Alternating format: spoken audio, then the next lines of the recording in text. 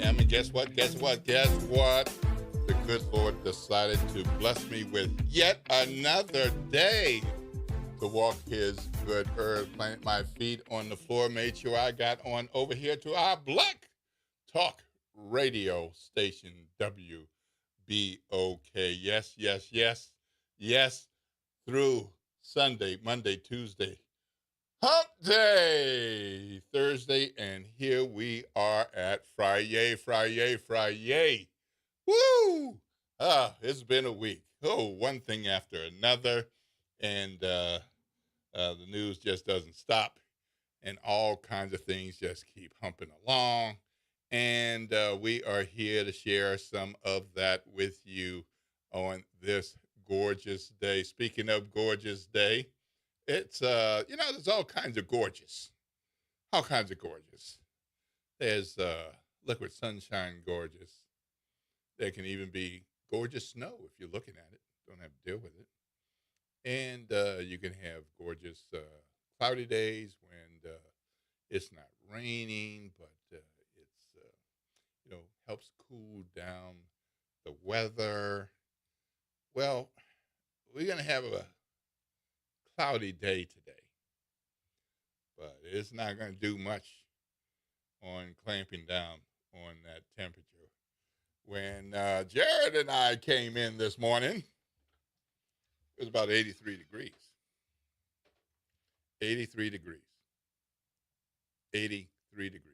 But it feels like 94. Just about 10 degrees hotter. And before we get off the air, it's going to be 84, 85, 86, 87 degrees. And that's just in the next couple of hours. After that, it's going to be bumping on up. 87, 89, 90, 91 degrees. Woo! Hot, hot into the 90s. But guess what? Guess what? When it gets into the 90s here today, which will be somewhere around noonish and early afternoon and on into the later afternoon, it's going to feel like more than 100 degrees. We're talking 103, 104. Depending on where you are, it might feel like 105 degrees. Triple digits, folks, triple digits with the feel like. Still in the double digits in the 90s, high 80s in the 90s. But thank goodness for the clouds, because without those clouds out there, it might feel like 115. But we are looking at a cloudy day with hot weather, high humidity, low precipitation. For the most part, it's going to be in the single digits. It's going to bump on up in the double digits, and the highest percentage of chance of rain is going to be about 20-some percent. And that would be late afternoon. But once again, there's something you not got to know. You got to keep this in mind. There's a heat advisory in effect. Yes. Did I say that yesterday? Yes, I did. Did I say it the day before that? Yes, I did. And here we go again. Heat advisory, 11 a.m. to 7 p.m. Basically, all day long. Heat advisory all day long. So for those of you all who work outdoors, please, please, please, please, please pack your water. Wear light clothes if you can. Make sure that you are hydrating yourself throughout the day. For those who go in and out or have a choice, stay inside. Just stay out of the hot weather. If you need to get dash to go get some cereal and meat, if you need to go get some milk and eggs, you go do that. But you make sure you turn that air conditioning on, and that you make sure that it's gently turned up to the maximum so that you can get the best air conditioning that you can. Get on in there to the air conditioned store and get back out, get into a cooler car, and get back to the office or get home because it's hot, hot, hot, hot, hot, and getting hotter. So, for those of you all who think we black, we don't need sunscreen, this might be a good day to put that aside and say, okay, maybe I'm going to be out long enough that it should be considered required use. Required use. Yes, I know we got all levels of melanin, but whatever melanin you have is probably a good idea to go ahead and put a little bit of that on your body. So I told you the heat advisory is 11 to 7. Sunset's not until 7:54. So heat advisory till 7. Then you got about an hour, less than an hour until sunset. So it'll be cooling down a bit in that space and that time. But, that's quite a number of hours to go through to get to that cooler part of the day. All right. So keep that in mind.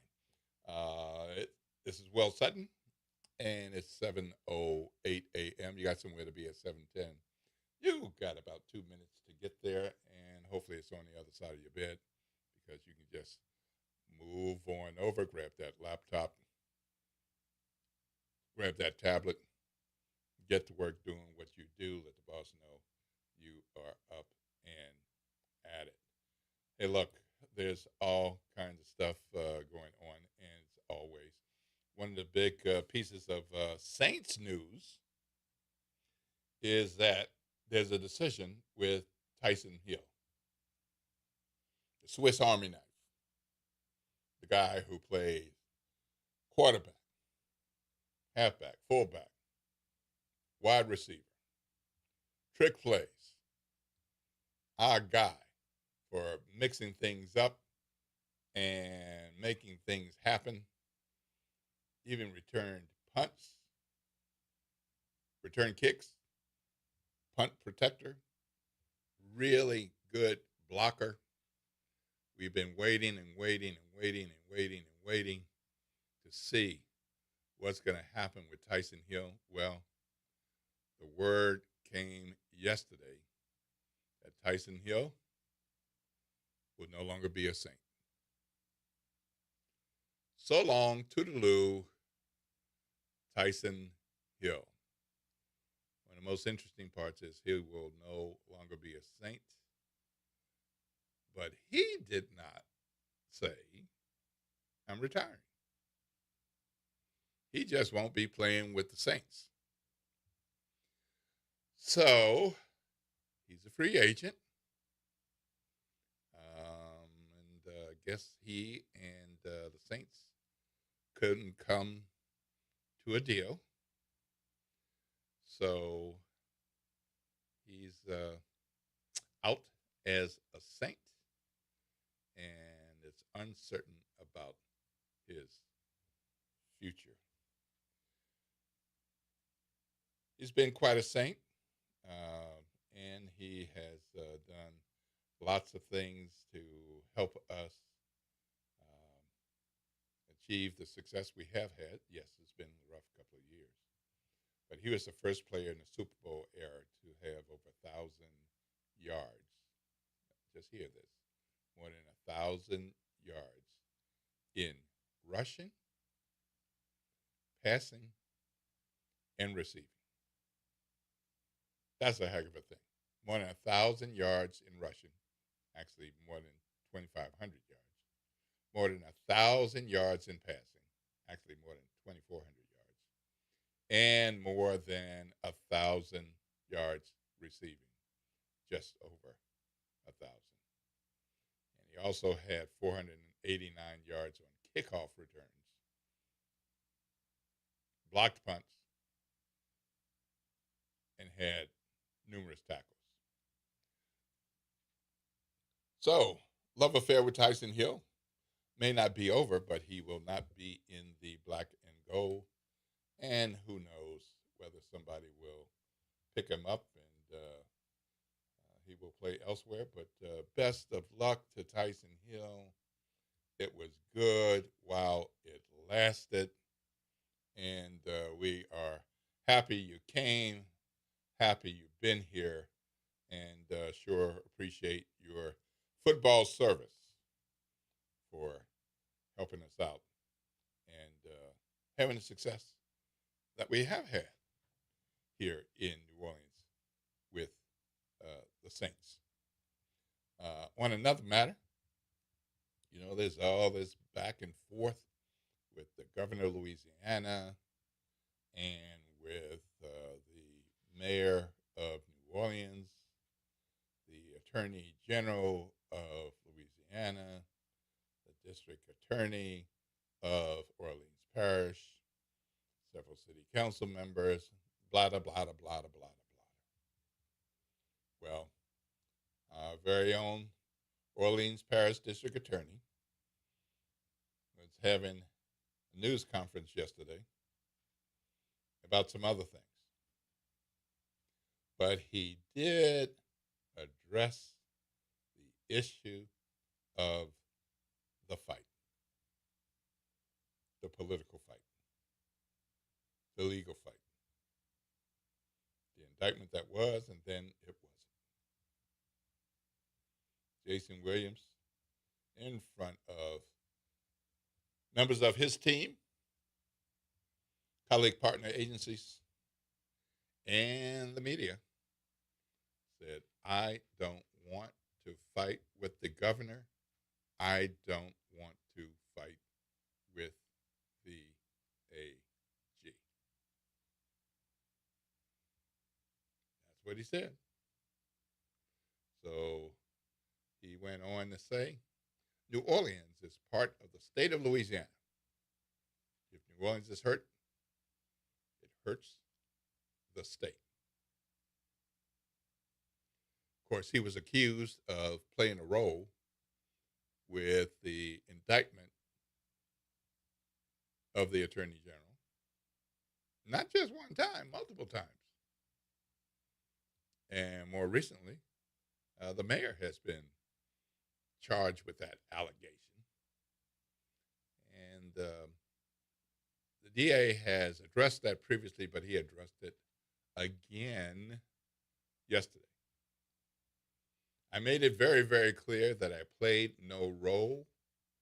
I did not initiate or handle any part of that grand jury investigation.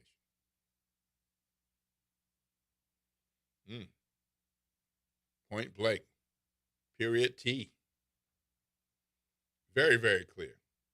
Did not initiate, did not handle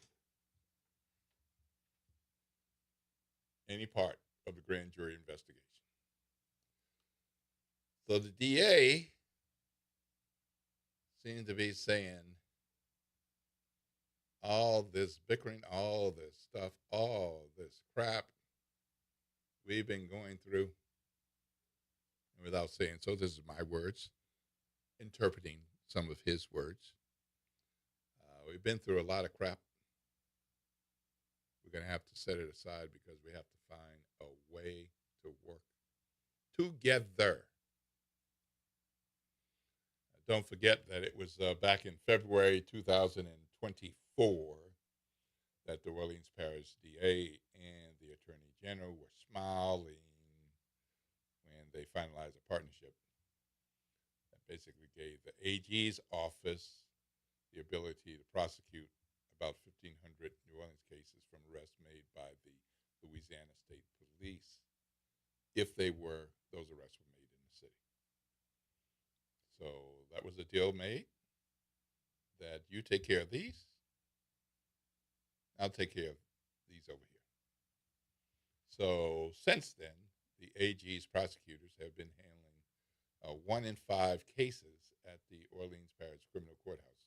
So basically, when you see attorneys over there handling some of these cases, for every attorney that has 5 cases, one of those is probably being handled by the AG's Office of Prosecutors and not the DA's Office of Prosecutors. And that seemed to be working. There were those of us who had concerns about why you're giving that over, but it seemed to work, and it seems to be working. Obviously, judges dealing with different attorneys from the different offices, but best I can tell, it's been relatively smooth. And of course, then there was the indictment of the Attorney General. Never seen that before. Never heard of that before. At one point, a couple of weeks ago, the mayor said, I didn't even know they could do that. Well, neither did a whole bunch of us. Well, that became quite the thing because she sent letters that some of us saw as threatening. She said it was just informational, that she was letting them know what the law was and suggesting strongly that they retract their action to create a interim clerk position to be filled by retired Judge Calvin Johnson, and that they would proceed with a special election as well for a Orleans Parish Criminal Court clerk, the very same position that Calvin Duncan won with more than 65% of the vote. Well, those issues are still out there. But with what happened yesterday with Mr. DA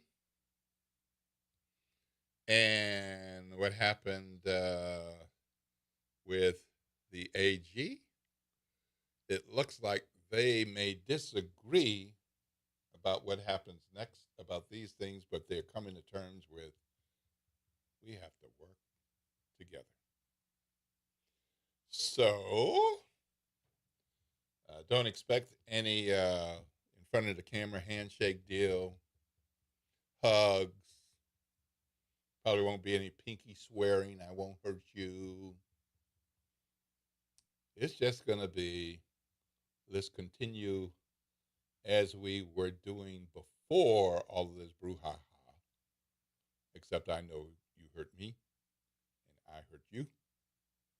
So don't be surprised if I have a little side eye now and then. So it looks like that's where we're headed. Doesn't seem to be a real hard stop to this. Let's call it a pumping of the brakes, a slowdown. And maybe we'll come to a red light, keep the foot on the brake, and wait for the green light to say go. All right, well, that's what we got there. Well, we are going to be continuing with the show today, and man, we got quite a bit of show for you today because my friend Monica Pierre is going to be here today, and she's going to be here with Dr. Ronika Briscoe, and they've got some good news and information to share with you, talking about the evolution of me. All of us have some evolution. They're going to put a fine point on the evolution of me. Looking forward to that conversation. And coming up a little bit later in the show, we will hear from none other than New Orleans City Council member Eugene Green, live and in person, finding out what's going on in District D and finding out what's on his mind about citywide goings on. And how can we have him here and not ask about some of this high profile stuff? Of course. Eugene Green, always willing to have something to say. Let's hear what he has to say about that as well. Definitely want to dig in on that District D. Those of you who live in District D, definitely want to stay tuned, hear what's going on. It is 7:21 a.m. I'm Will Sutton. We will be continuing with the Good Morning Show soon after the break. The talk line number is 504-582-9422. 504-582-9422. This is WBOK, 12:30 a.m. What New Orleans is listening to all day long.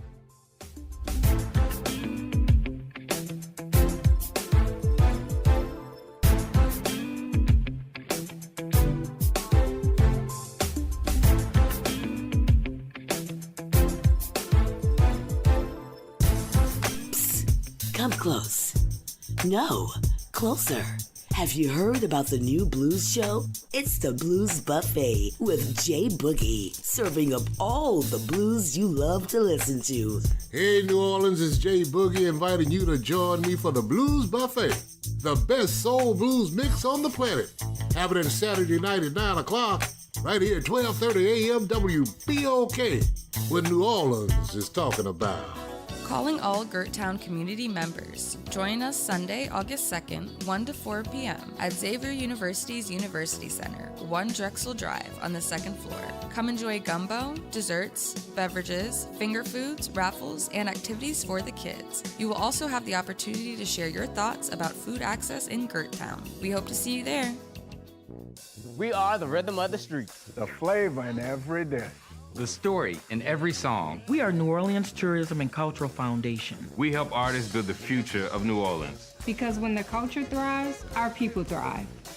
Every note, every brushstroke, every dish is a door opening new possibilities for those who carry our traditions forward. And when we open that door, the whole city moves forward. For New Orleans Tourism and Cultural Foundation, culture is our open door. Well, Saints of God, this is Pastor David Impartan Sr. coming to you over the airways of WBOK, your favorite host of Change Your Water, Change Your Mind. I want to invite you to our show every Saturday from 1 o'clock to 2 o'clock p.m. That's Change Your Water, Change Your Mind. I want you to invite your family and friends to a broadcast that's designed to change your life, the way you think, the way you act, and what you eat. We want you to tune in every Saturday at 1 o'clock, WBOK, 12:30 a.m. See you on Saturday.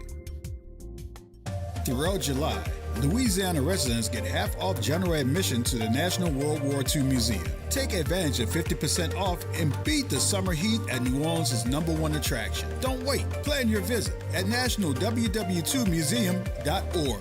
This is your news update for WBOK from WDSU. For all your news and weather, watch WDSU News, New Orleans' leader in live, local, late-breaking news. Today at noon and 4 p.m. Another heat advisory is in effect today. Highs reach 92 to 95, filling up to 110 degrees. A few stray showers are possible throughout the day, but less than half of us will see rain. Tonight, lows fall to 74 to 80 degrees. A few stray showers possible Saturday with highs 92 to 94, but again, Saturday mostly staying dry. For Sunday, though, much better chance for rain, especially in the morning. For the WDSU First Warning Weather Center, I'm Raven Richard. Good morning. Wake up. The Good Morning Show. Good morning. On WBOK.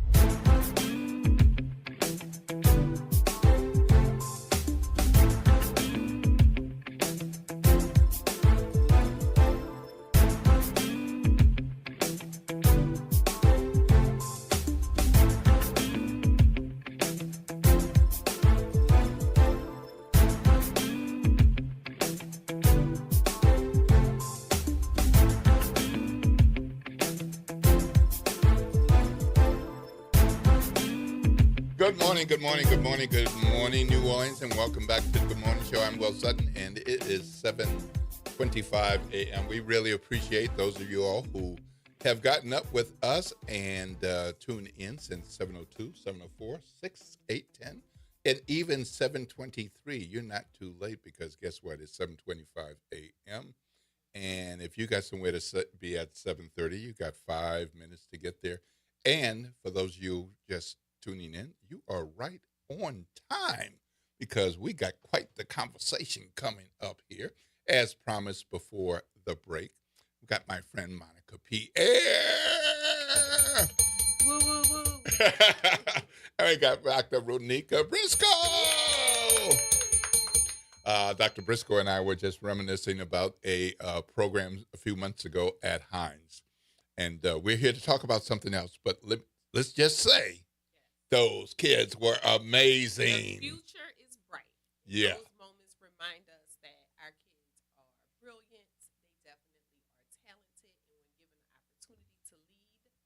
will lead. Yep, absolutely. And they had various roles, and all of them did great. Yep. It was great.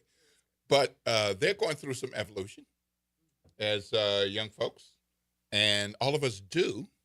And today we're going to be talking about the evolution of me. So give us a little start with, first of all, since, Miss Monica, you haven't been here in a little while. It has been Go ahead. a minute? It's been a minute. It's been it. Dr. Briscoe, have you been to WBOK before? I have. How long ago? It's been a minute. Been a minute. Okay. All right. So this is the Good Morning Show. You know we got different shows, okay? All right. And we got different ways. All right? So, Monica? Yeah. Who your mama and them? Well, my mom and them are not from New Orleans, That's but all from right. Louisiana. Who? Yes, I'm from Southwest Louisiana, so Yes. it's Ma'am Howard Pierre and, All and right. Mr. Howard Pierre. All right. My mom and them, Mhm. and from Church Point, Louisiana. But I have been in New Orleans so long that people will argue with me in the streets that I'm not from here. Yeah, they That probably I either went to St. Mary's I was going to say they probably already tell you what high school you went to. or Xavier Prep. Yeah, right. Or Church Point High. How many students were at Church Point? I think I was number 3 out of, my graduation class, we probably were about 40, 45. If that, I lied. No, it was probably closer to 20. Wow. But the school was, school, and then the high school was probably, it was integrated at that point. It was probably about 500 or 600. Okay. Not All right. that many. Dr. Briscoe, who your mama in now? Tell us a little bit. All right. West Bank, the best bank. Ooh. Let's start there. So my mom and my family is from Algiers. Born, not raised. So my stepdad was in the military, so we moved away very early on in my life. I graduated from high school in Lafayette, not far from Monica. But I am a Xavier grad. All right. Came back home as soon as I got the opportunity to. But, yep, we're West Bank, the best bank from Algiers. Okay. All right. So I have known about each of you. Monica, I've been knowing you for quite a while.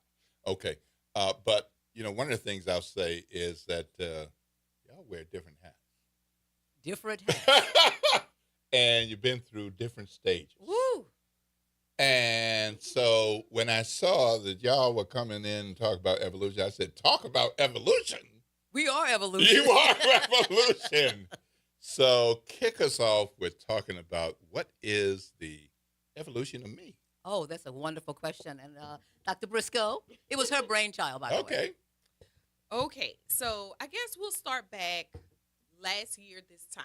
We released the first book called In Relentless Pursuit: Upending the Unicorn Effect. And so it was the precursor to this evolution of me, in which we have a group of 10 amazingly brilliant Black women who tell their story of becoming, whether it's around legacy, whether it's around time, whether it's around fitting in, finding their space, raising a family, having kids, entrepreneurship, the workplace, and everything that has transpired for them to evolve into and become the person that they are today. So it's about life lessons.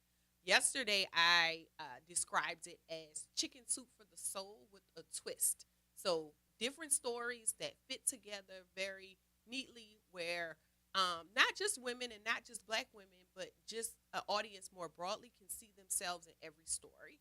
So the evolution of me is about a group of women who are becoming all that they desire to be in their faith, in their lives, and they're sharing their story, which is no easy feat, by the way. Right. Like to literally be vulnerable and transparent and to write your story is more difficult than one would think. And I am so proud of all the work that our authors have put in to make this book amazing.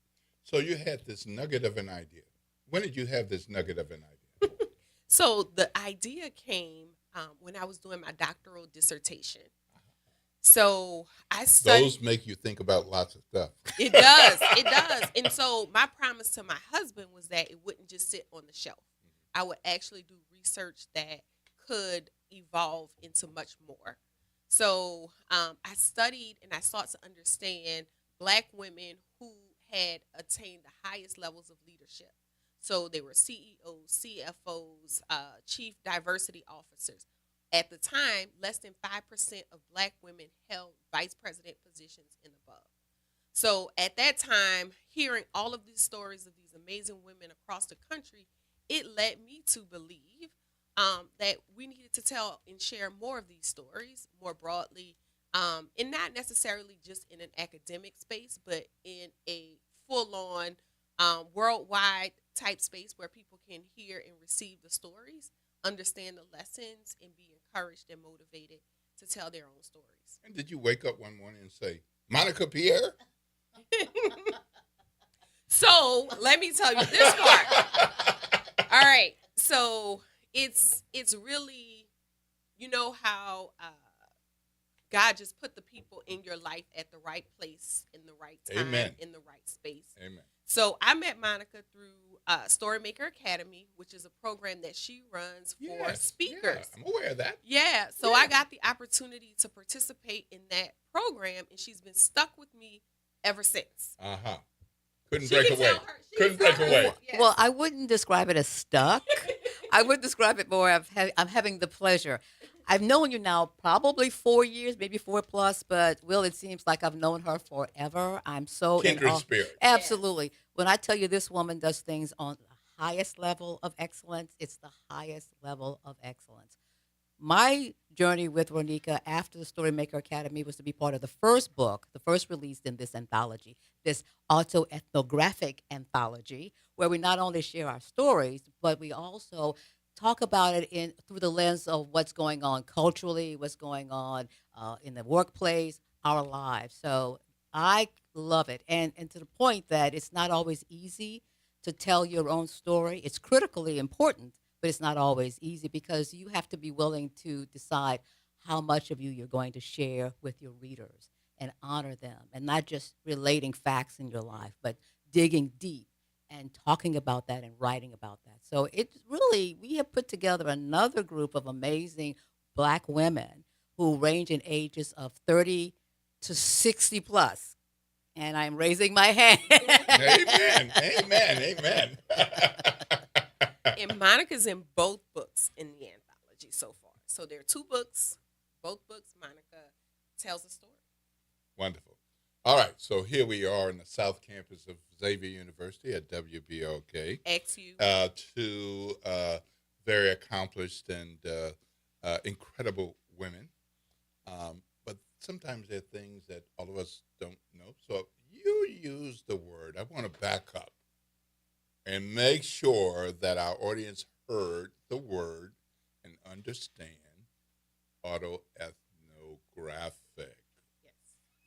Okay, so autobiography is your telling of your story. Ethnographic is telling your story through the lens of culture, time, space. So you're situating your own personal story in the worldview. Very good. It was a word I had never heard before I started being in the orbit of Ronika Briscoe.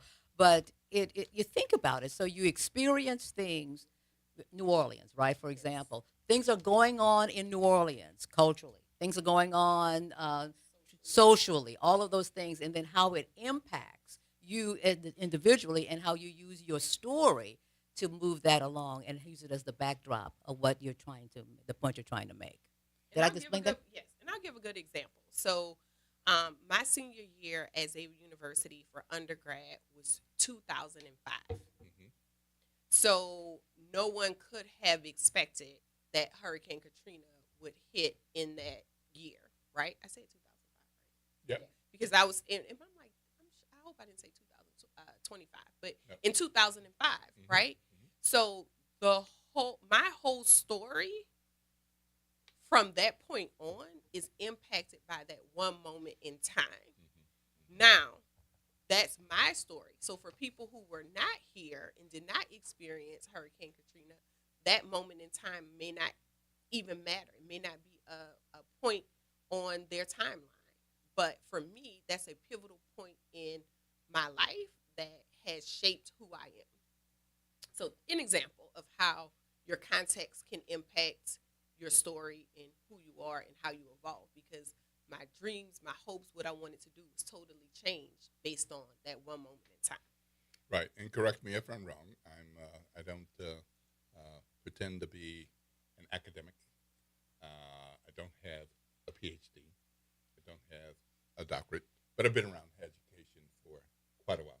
And you might not know this, but I'm a national accreditor. We'll push that aside for a moment. That will be another show Yeah, for right. another time. So using your Hurricane Katrina example in 2005, more traditional ethnographic would be somebody, whether they're from here or elsewhere, looking at you as a part of a group and kind of observing and taking notes and doing that research. And you're saying you start at a different place. You start with self. Yes, your self is centered. And that's really hard for people to do, right?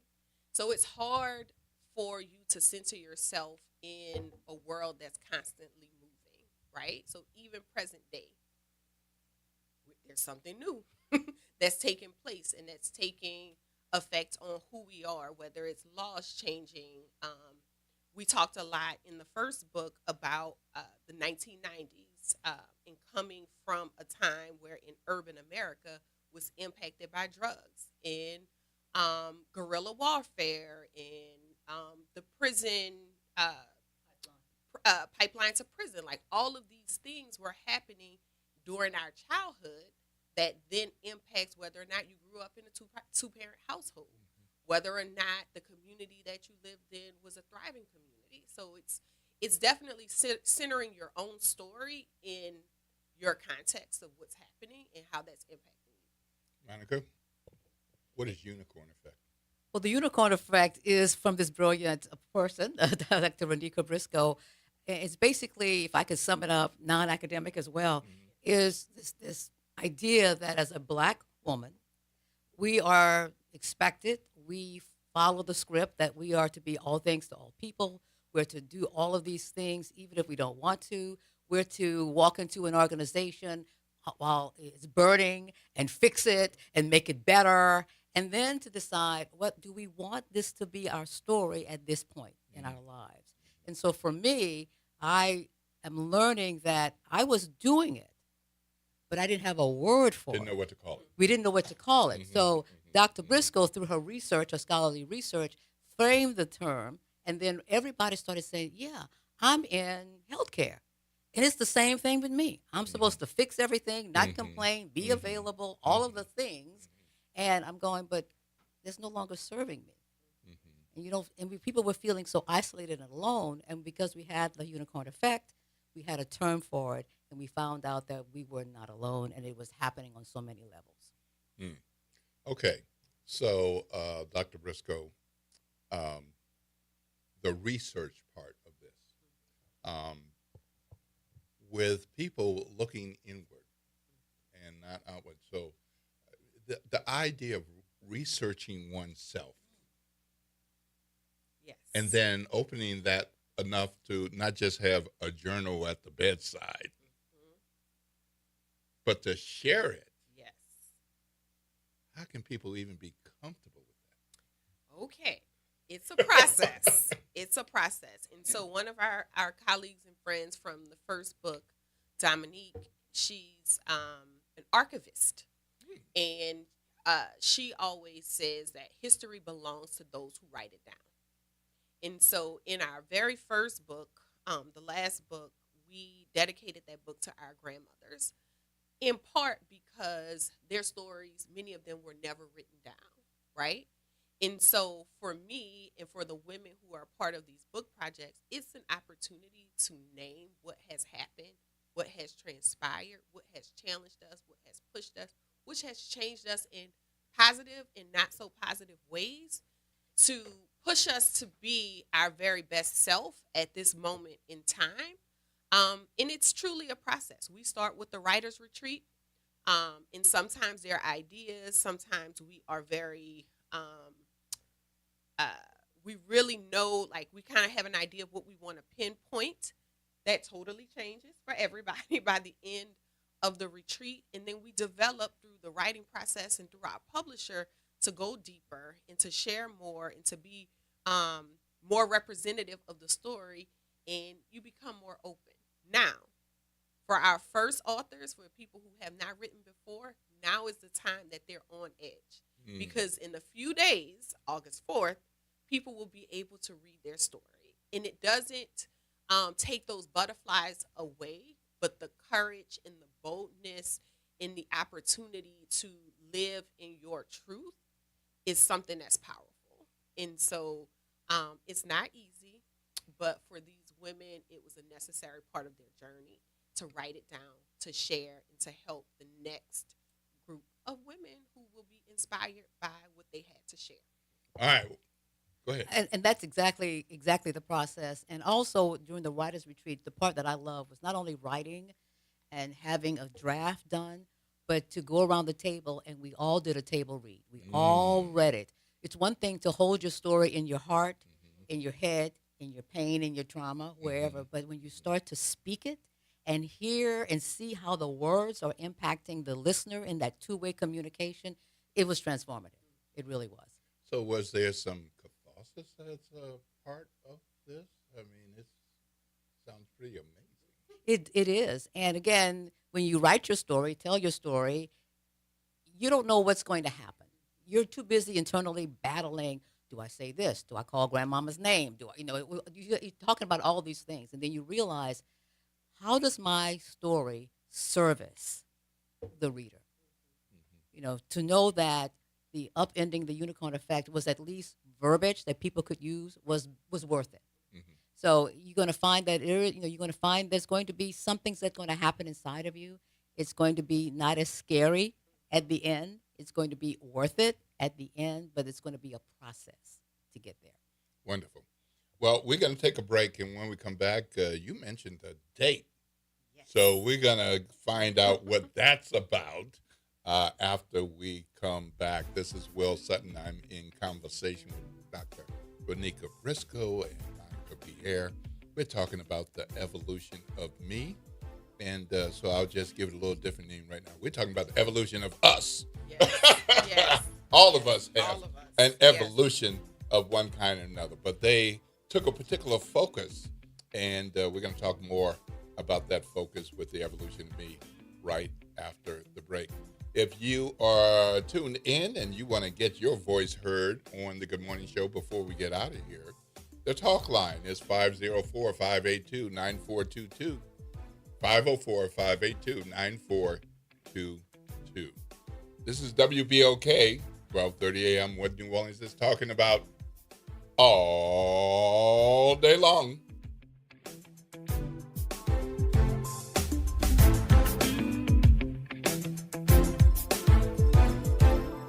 Attention, WBOK listeners. Are you a fan of the station and want to show your support and style? Well, we've got some exciting news for you. Introducing the official WBOK merchandise, the perfect way to wear your love for the station. Whether you're a longtime listener or a new fan, we've got something for everyone. Head to WBOK1230.com now and grab your WBOK gear before it's gone. When you buy WBOK merch, you're not just getting quality items, you're supporting the station you love. Protect your community. Build your future. Looking for more than just a job? The Southeast Louisiana Flood Protection Authority East is hiring. Join the Flood Protection Authority on Tuesday, August 4th and Wednesday, August 5th from 10 a.m. to 2 p.m. at 6920 Franklin Avenue in New Orleans for a 2-day career fair. Meet hiring managers, interview for over 50 immediate openings, and discover a rewarding career protecting more than 1 million residents across Southeast Louisiana. Bring your resume and come dressed for success. Visit floodauthority.org for more information. Good morning, wake up. The Good Morning Show. Good morning. On WBOK.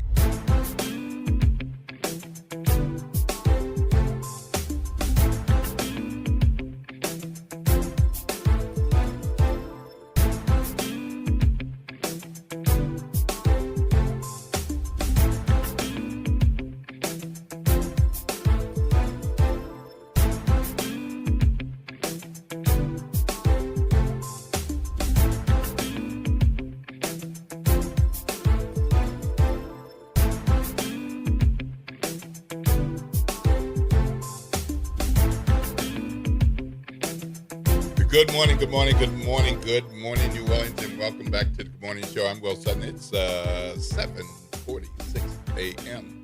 Got somewhere to be at 7:45. Guess what? You're late. You already missed it. So just get in your car, your truck, or on your scooter. Just go ahead and be safe and make sure you get there. At least you get there in one piece. And on the way, you can figure out a good story. So, maybe your puppy's had goldfish or something. So, whatever it is, just make up one that you haven't used before, because none of us have 5 grandmothers, so you can't say granny died. So, okay? All right, so let's just keep that in mind. Look, we're in conversation with Dr. Ronika Briscoe, Monica Pierre. We're talking about the evolution of me before we went to break. You mentioned August 4th. What's happening on August 4th? Well, one, it's our forever president's birthday. But no, on August 4th, it's the ebook release for In Relentless Pursuit, The Evolution of Me. Our goal is to become an Amazon bestseller, so that means we need everybody across the country to go and purchase the book for only $2.99. $2.99 on release day only. $2.99. We are also celebrating with a launch party at noon Central Standard Time. It is free. It is via Zoom. They can go to In Relentless Pursuit on social media or on our website to find the link and join us as we celebrate Amazon bestseller status, because everybody's going to go and buy the book and help us get there. All right, so that's In Relentless Pursuit of Me. Yes. Capital letters, lowercase, any special characters or what? No special characters, all lowercase. InRelentlessPursuitOfMe.com is the website. And then we're at In Relentless Pursuit of Me on social media, Facebook and Instagram. All right, August 4th. What time is that happening? So you can buy the book anytime on August 4th, but the launch party is happening at 12 noon Central Standard Time. Okay. All right. Very good. And Ms. Monica, there's another date, right? September 5th? Oh, yeah. And before then, September 1 is when the hardback is going to be available. Right. Okay. And then on September 5th, we're going to have that big release, celebrating that, plus a full day, you have never been there before experience of a summit. So we're going to have this opportunity to hear from the authors. There'll be some, Dr. Ronika Briscoe has dancing and this and that. So there's surprises, great food.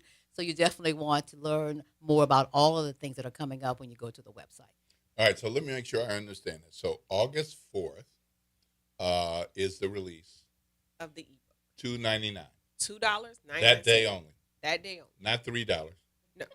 $2.99. $2.99. All right, and you're aiming to be Amazon bestseller. Yes. Okay. So Again. first book, Right, we got number 1 in 11 different categories. Woo! So it is our goal to beat Yeah. the 11 categories. Okay. Yes. All right. So that's happening. So basically, people can tune in at any point on that day. And then we have something else happening on September 1. Is the hardback. And that's the hardback. Yes. So we got the ebook on the 4th. And we got the hardback on September 1. Yes. Okay, what you trying to do with the hardback on September 1? So it is available online for you to buy across platforms, not just Amazon. It's Barnes & Nobles. It's all major book outlets on September 1st. So people can purchase their book.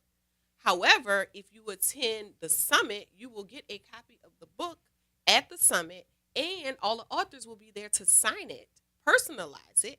What Monica failed to mention about the summit, this day party meets retreat experience, is that a huge part of it is Monica's monologues.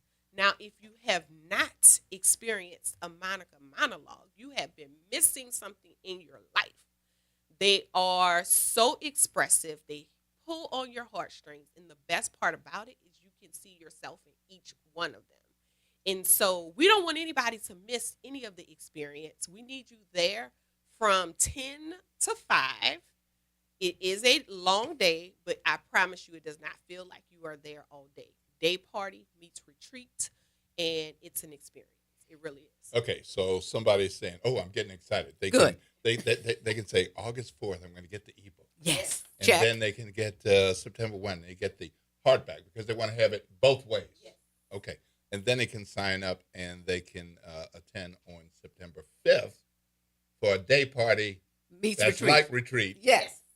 With the book. Yes. Authors signing it. Yes. Monica monologue. Yes. Authors doing TEDx style talks. Each author will have an opportunity to talk about their chapter. All right. Dr. Briscoe will be doing her thing. We're going to be up on one of our seats. It'll be fun. Right. Well, speaking of chapters, how about we talk about your chapter? Yes. I've watched you for a while. You had a bunch of chapters. Oh. Look at you having all kinds of success in television, and broadcasting, and education, and communication strategist, and wow. what you put? Well, am I lying? No, sir. You are not lying. It's just good to hear it coming from you. Absolutely, but you had a chapter. How you put all this in a chapter, or how did you choose what to put in your chapter? This particular book focuses on the evolution of me. And it is, again, everybody goes through this process. What do I talk about? What do I write about? Mm-hmm. How do I make it and help it to serve the readers as well? So I started thinking, and I'll be honest, we mentioned 30 to 60. I'm in that 60 group, 60 years of age plus. And I said, I'm going to write about time, my relationship with time, how I feel about time, how time has guarded me. You have given time checks throughout this 53 minutes that we've been together. Mm-hmm. That's part of what we do as media, on the air, journalists, working in television news, the clock, the time, always there. Radio, the same thing. You can't talk forever. You got to get it in there succinctly. So I said, my relationship with time has always been there. And I started to examine what that looked like from growing up to launching my career, to doing my career, and now at 60 plus, looking at not just the lines in my face, but what have I left as a legacy? What do I want to do? Is time? Am I at the end of it, or am I still going strong? And so that's what I talk about. And with all of us, when we talk about time, hopefully we get to the point where we know until the very last second, I am going to live my life. I'm going to live the lessons that I've learned, share the lessons that I've learned. So that's what I talk about. 3 phases of our relationship with time. Well, good. So you narrowed the focus, took a word, and used that as your thread for your chapter. And that time tells the truth. We can lie to ourselves. We can pretend we have all the time in the world. Or we can pretend that, well, I crossed over to a certain number, therefore life is over for me. But time tells the truth. And what does time want from us through our journey on earth? And that's what I explore in my chapter. Okay. Dr. Briscoe, so there are several chapters. Yes. And we don't have time to talk about each of them. But can you pick another chapter that you think illustrates the effort of the book, what you want people to walk away with, and maybe even connect it to the day party with the retreat? Yeah. So, as we've said several times today, each chapter is different, and each chapter is telling the story from the author's perspective. So I'm thinking about one specific chapter that's talking about the author's experience with just being on the outside. So she's telling her story about when she was growing up, being a middle child, her friend groups, and then into the workplace, and how she's built community and space in a family, and she's finally seeing herself on the inside. We have one story about our faith and spirituality and how over time there's a fight about, oh God, what are you telling me? What's next for me? Are you hearing my prayers? Do you see me? Do you see me being faithful? And what it means to continue your journey even when you might only be able to see a part of the staircase, not the full staircase. At the very end, I get to close out the book in a chapter about whatever I want. So at the height of my career, I decided that I wanted to become a consultant. And now in the professional space, when I'm back among educators, when I'm out at social events, the first question everybody asks, well, what are you doing now? And sometimes it's in a inquisitive way, and sometimes it's in a messy way. And so my response to that question continues to be whatever I want. So I get to choose. I get to choose. Y'all heard that? Heard that. I get to choose whatever I want. If I need to show up as a mom and be at a soccer game, I get to choose that. If I want to be the cheer mom, if I want to go and do presentations, if I want to be a speaker at the conference, if I'm the wife, I get to have all of those titles and do all of those jobs on my own terms. So not what everybody is expecting from me or where they think I should be, but doing what I want, what brings me joy, and what serves my family. My kids are only going to be children for a finite amount of time, right?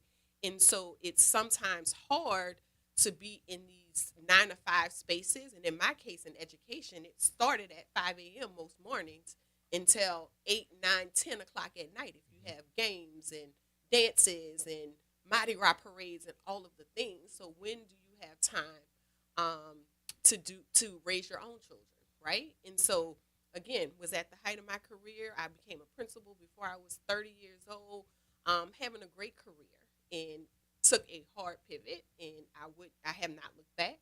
It has been the best thing for me and for my family. So, we end with whatever I want.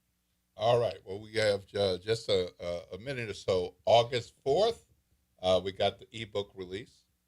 September 1, we got the hardback release. And on September 5th, we got the day party with the retreat and the Monica monologue. Yeah, and TEDx-style talks and everything. So it's going to be at the Algiers Auditorium, Jay's Algiers Auditorium. I don't know the exact address, but if you know where Federal City is, you know where it is. Yeah, right. It's going to be amazing, a gorgeous space, lots of room. Even though we're going to be in one big area, it feels like we're doing breakouts, and it's going to be a party, and it's going to be a retreat, and it's going to be fabulous, amazing. All right. In Relentless Pursuit of Me.com. Did I get that right? Correct. Yes. All right. All right. Well, thank you all so much, Dr. Renika Briscoe, my friend Monica Pierre. And we're not just saying that, right? This is the truth, everybody. Absolutely. I have such admiration for you, Will. You continue to evolve as well. So you are our mentor, our guide, and we just think you're the best. Well, I'm so happy to see you once again, and I love what you all are doing. I mean, I just love it. I love it. I love it. I love it. Look, folks, it's 7:59 a.m., and we're going to take a break, but on the other side of the break, guess what? He is here, City Council member Eugene Green, representing District D and the city of New Orleans. He can't help it. He just cannot keep his nose only in District D. That's just how he is. So he's going to talk about District D, but he's going to talk about some other things as well. And we got lots of stuff going on. So stay tuned for City Councilman Eugene Green coming up after the break. Hey, look, if you want to chime in, the talk line is 504-582-9422. 504-582-9422. This is WBOK 1230 AM, what New Orleans is talking about all day long.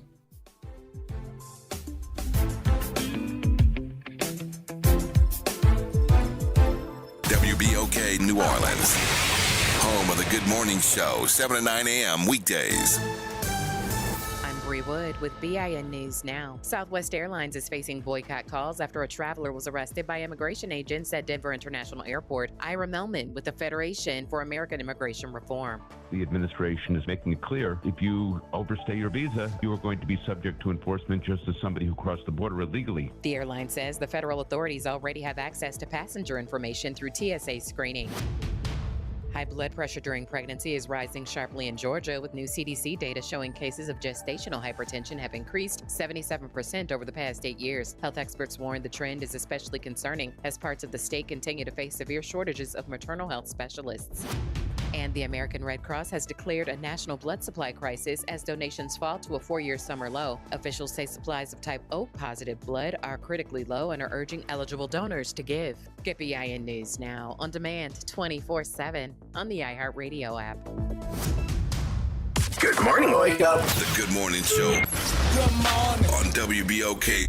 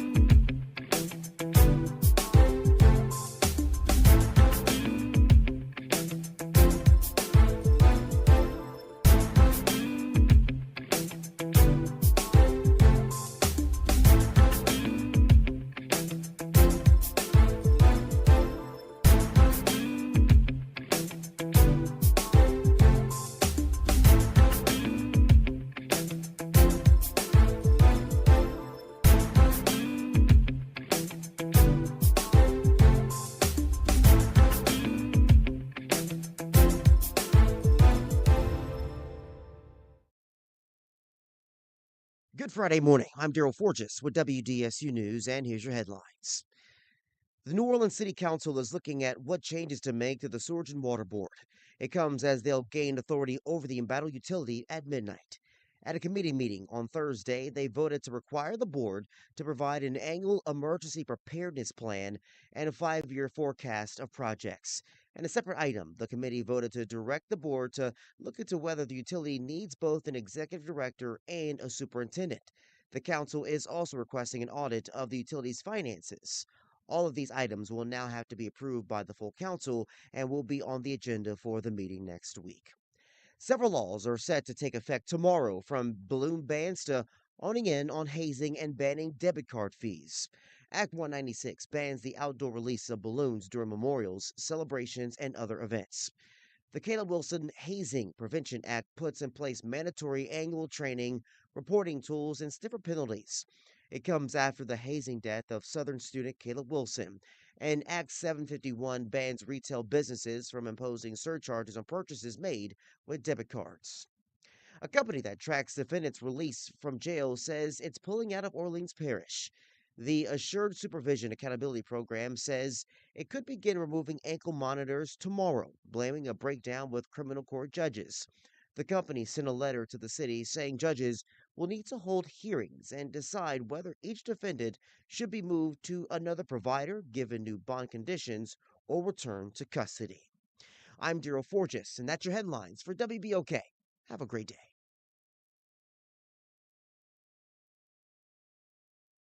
Good morning, wake up. The Good Morning Show. Good morning. On WBOK.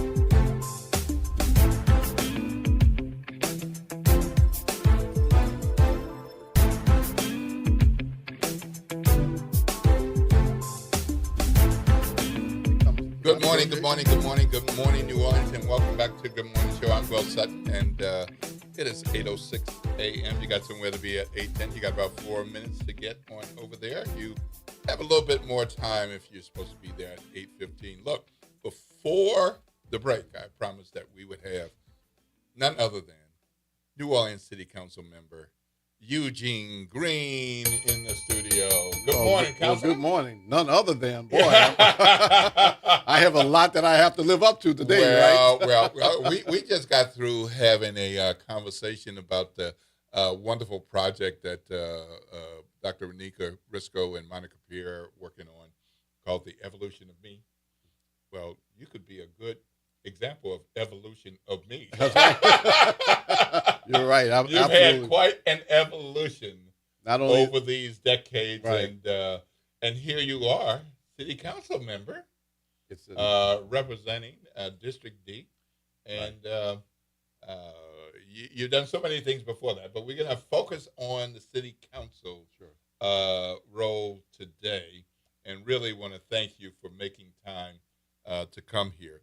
So do want to talk about some particular things, but first of all, let's just hear from you an overview of kind of what's happening without getting to specific projects. And then let's touch on some specific projects for me.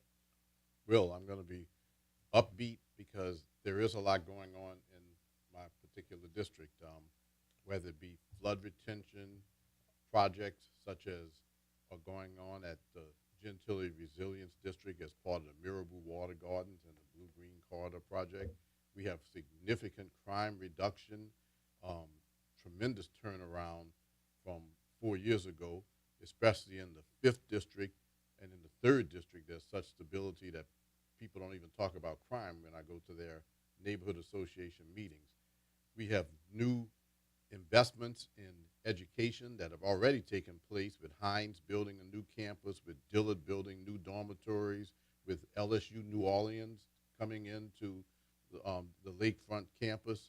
We have investments in new houses, something that you don't see much because nobody really focuses on it. But Will, you've driven the district, you've seen people building new houses. Mm-hmm. You know, where people talk about, oh, everybody's leaving.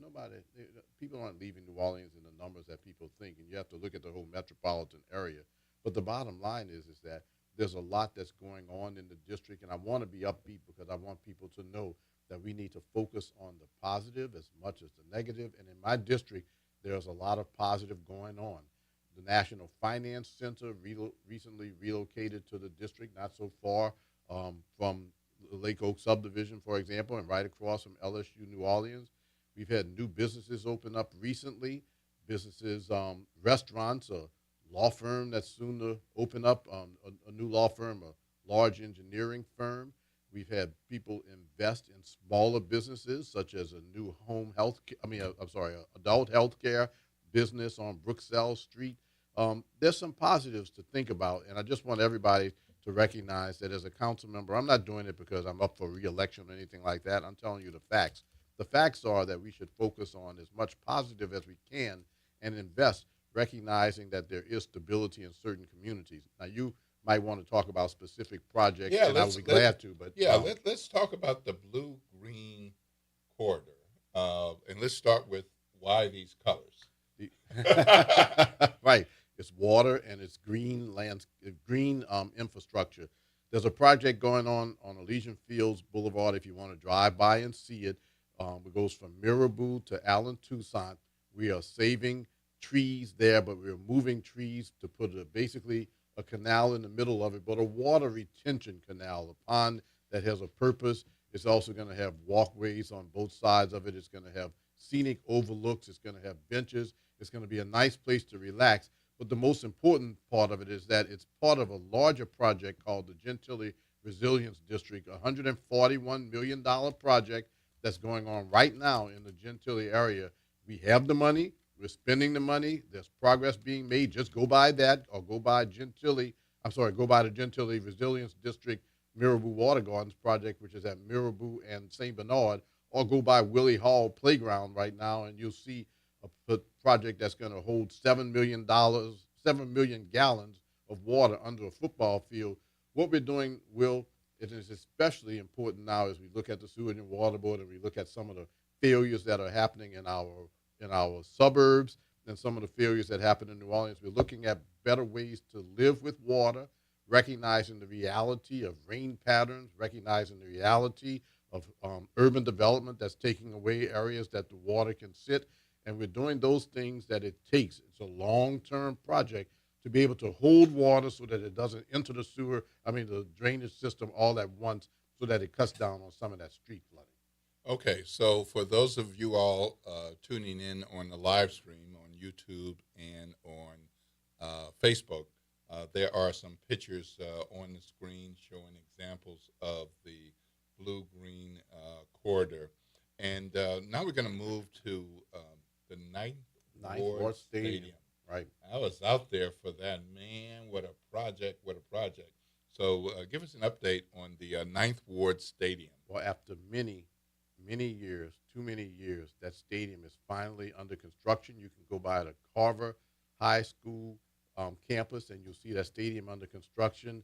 It's a stadium that is being developed with private sector interests, but also federal, local, and state. Again, it's under construction. It's going to be a stadium that is not just for Carver High School, even though they'll play their games there. It's a stadium that's going to be used by a number of high schools to house their football games. It's going to be basically updated, state-of-the-art. They're working on the lighting, and there's sufficient parking. It's a true addition to a truly important addition to a community that has been underserved for so long, and that is the Desire community.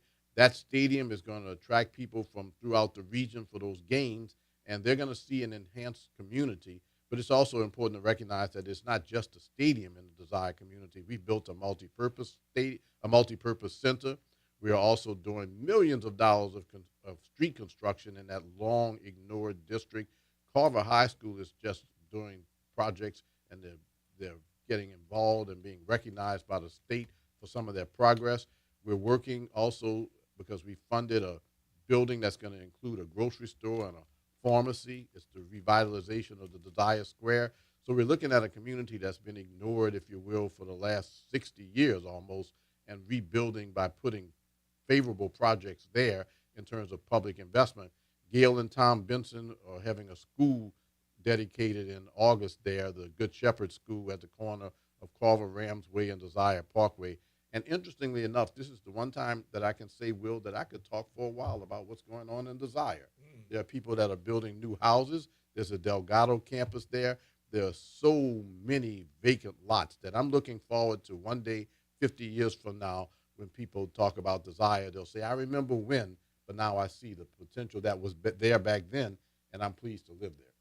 Well, I'm happy to hear about that multi-use complex, and certainly it will be a anchor for George Washington Carver Rams. But based on what I saw the day that we had the event out there, it's going to be so much more. And though it's referenced as Ninth Ward Stadium, right, it's really going to be citywide. Right. It's going to be used by high schools and middle schools citywide. But I like that name, Ninth Ward Stadium. It's really the Raising Cane's LCMC Health Field Stadium. But I like the Ninth Ward because the Ninth Ward, as you know, has unfortunately not been given enough attention. Upper Ninth Ward and Lower Ninth Ward, devastated by Hurricane Katrina, but then before that, Hurricane Betsy. So always been in a position where there could be some more investment, but now investment is taking place, and I'm proud to be part of it. I think that when we look at those projects that I just mentioned, one thing that I also have to mention, Will, is that we relocated the Gordon Plaza residents who were on that toxic dump for decades, yes, and they are in our communities and in other communities, but the main thing is that property is vacant. Those 65 houses have been torn down. We're going to build a solar field there after a while.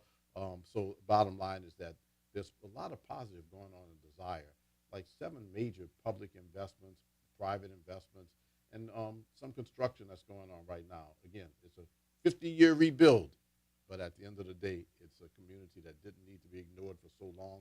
I'm glad to see positive things going on there. All right. People always complaining about streets. Yes. Well, so, and that's every district.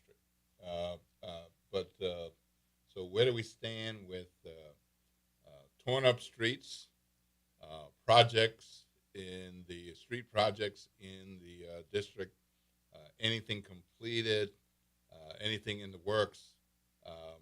Give us an update on street repairs. All right, those who are watching, who have an opportunity, are seeing at least a couple of streets that we submitted pictures of before and after.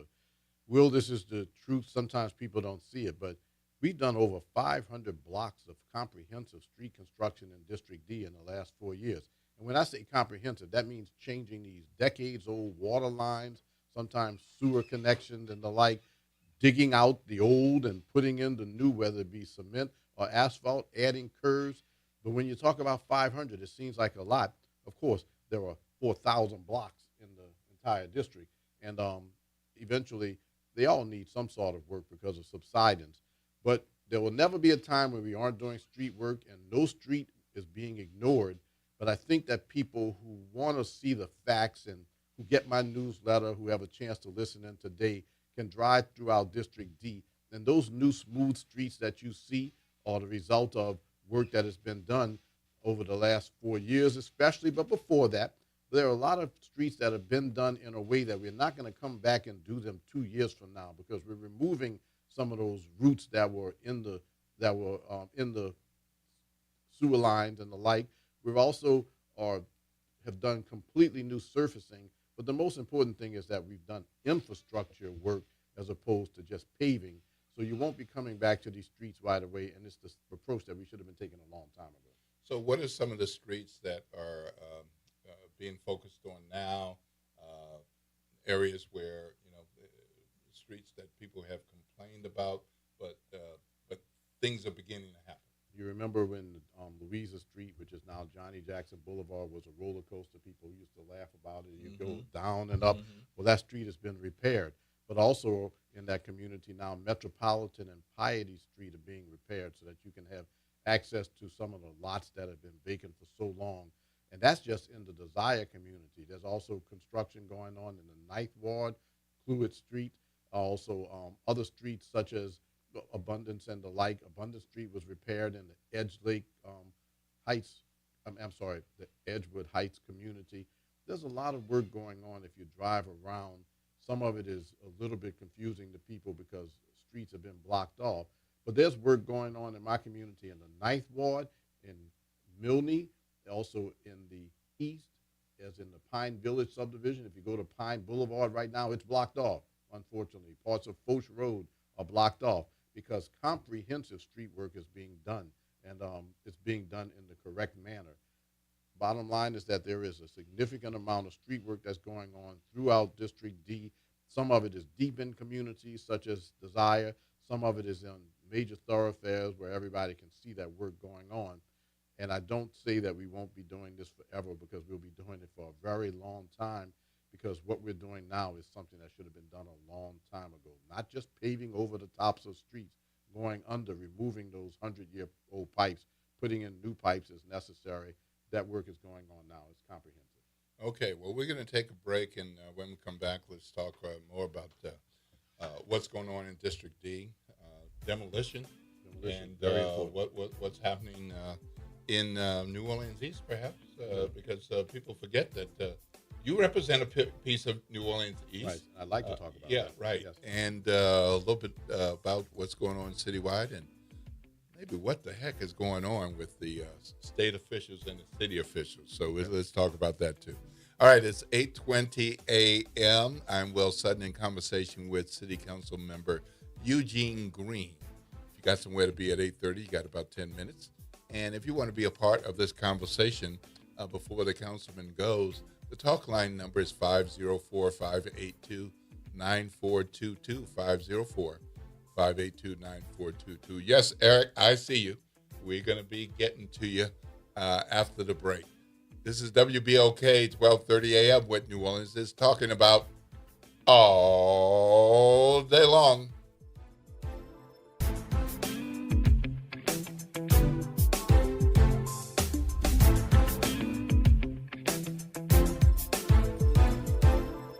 Real issues, real talk, real solutions. Miss an episode of The Reality Check? You can catch every episode anytime. Search WBOK Media on your favorite podcast app to tap the bold commentary, real-time reactions, and powerful perspectives from the people and leaders shaping our city. Download, share, and rate it 5 stars because the real ones always stay informed.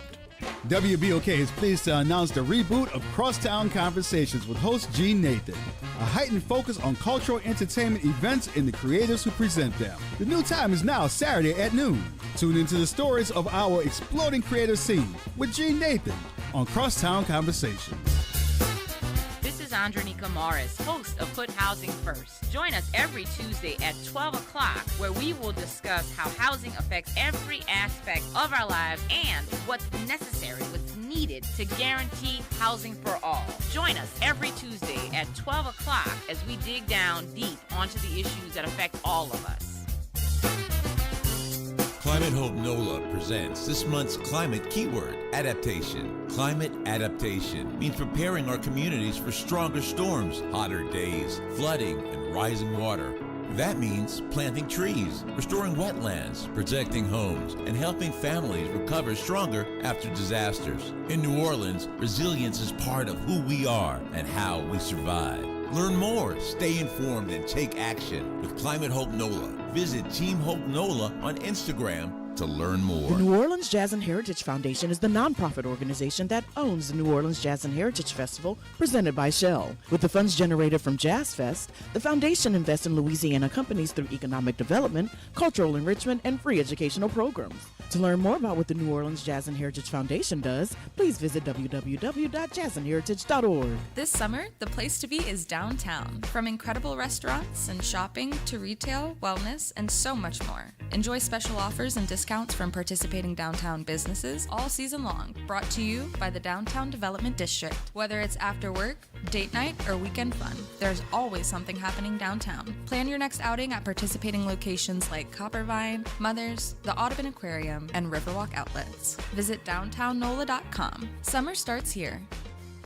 Greetings and salutations. I am Edward B. Coulon Smith, chairman of the board of the New Orleans Regional Black Chamber of Commerce. We'd like to invite you to tune in every Wednesday at 12 noon on WBOK to listen in on Black to Business and be a part of the movement that's going on. Thank you.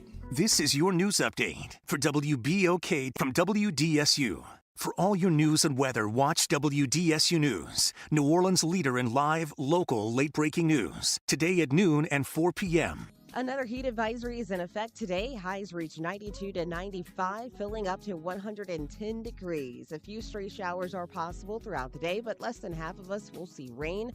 Tonight, lows fall to 74 to 80 degrees. A few stray showers possible Saturday with highs 92 to 94, but again, Saturday mostly staying dry. For Sunday, though, much better chance for rain, especially in the morning. For the WDSU First Warning Weather Center, I'm Raven Richard. Good morning, Wake Up. The Good Morning Show. Good morning. On WBOK. Good morning, good morning, good morning, good morning, New Orleans. Welcome back to Good Morning Show. I am Will Sutton.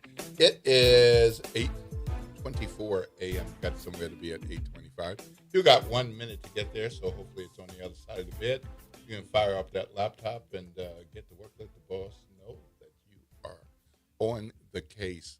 We are still in conversation with City Council member Eugene Green, talking about some things that are going on in his district. And, of course, there's always stuff going on, so we're trying to be specific. Councilman, as we continue this conversation, let's talk about, one of the things that people complain about is, why is this the way it is? Right. Why does this look like this? And so that leads us to the word demolition. Demolitions, yes. Well, why it is because, unfortunately, we have lost population. We were once a city of 650,000 people. Certain areas, such as the Desire and Ninth Ward areas in my community, also St. Roch, Bend, Edgewood Heights, those communities were hit hard by storms, and a lot of people relocated and didn't come back. Unfortunately, many of them hadn't done succession. Some people passed away. We've had generations of people who didn't do succession, so they couldn't get FEMA money, that road home money, and they let their houses go. But, Will, on the positive side, I recognize that as a council member, and I prioritize working with the Department of Code Enforcement, and we've done over 212 demolitions in our district. In fact, I'm going to a demolition taking place right now on East Hermes. We have a demolition going on Desire Street. We've had so many properties that have been left behind by owners who weren't interested and families that weren't interested. It takes the city a long time to be able to take property. It's state constitutional protections of private property rights. So unfortunately, the volume has been something that's been a challenge. But I will tell you that those people who live next to some of those houses that have been demolished, such as the one that I'll see today in the 2300 block of Desire Street, they are so pleased with the city because they know who the owners are. They know who the families are, but the families haven't been able to or have chosen not to act. But it's something that the city has taken on as a responsibility, and I want everybody to know that it's cost the city millions of dollars to do the demolitions that we've done, and it doesn't mean that we own the property. We do the demolitions for emergency reasons, and we don't get the money back. So it's a significant investment by the city. I'd like to see even more demolitions because I'm not unrealistic. If somebody has let their house go since Hurricane Katrina, they haven't done a thing with it. It's got weeds around it. It's got problems inside of the property. It's not going to be redeveloped. It's better to clear the lot so that the neighbors and the owners and the children who live nearby don't have to see such a negative project, so a negative property. The bottom line is that we've done 200 plus demolitions in District D alone. We do a demolition almost every week. So I want to give applause to the Department of Code Enforcement for allowing us as a council office to be able to share with them photos and facts relative to owners next door to those properties so they can be demolished under the emergency provisions. Well, right now, for those of you all who are tuning in on Facebook Live and YouTube, we're looking at pictures with some properties that have been demolished and some before and after, and I mean they look pretty bad. They look pretty bad. bad. So if you were living next to one of those or down the street, you wouldn't want that looking like that. And I'm sure in a lot of these cases, sure, you would prefer that somebody be living in the house and taking care of it, but you prefer an empty lot, right, over what you see, especially for what it can bring. I want to tell you that it can bring ownership to the person who's right next door to the property, because we have a motor-own program through the city of New Orleans, where you can register that property to participate in the motor-own program, and some people have done that so that they eventually can get title to those properties. It's a little bit of a complex process because we still have to protect private property rights, but for someone who's patient, and there have been many people who have been patient, you can get that property, which is part of what they used to do with the lot next door program. You can get it, but you have to want it because you're going to have to maintain it. Okay. All right. Wonderful. All right. We've got a caller. Good morning, Eric. You're on with Will Sutton and Councilman Green. Yeah, God bless you. Two questions. The South Shore project, Henry Coaxum's project, is that part of your district also? Well, I'm going to tell you that it's not officially part of my district because my district ends at Downman and Payne, which is now Lincoln Beach Boulevard. However, I just want to let you know I'm very, very pleased with Mr. Coaxum's development. I was a former member of the Lakefront Management Authority while that property stayed vacant for a while.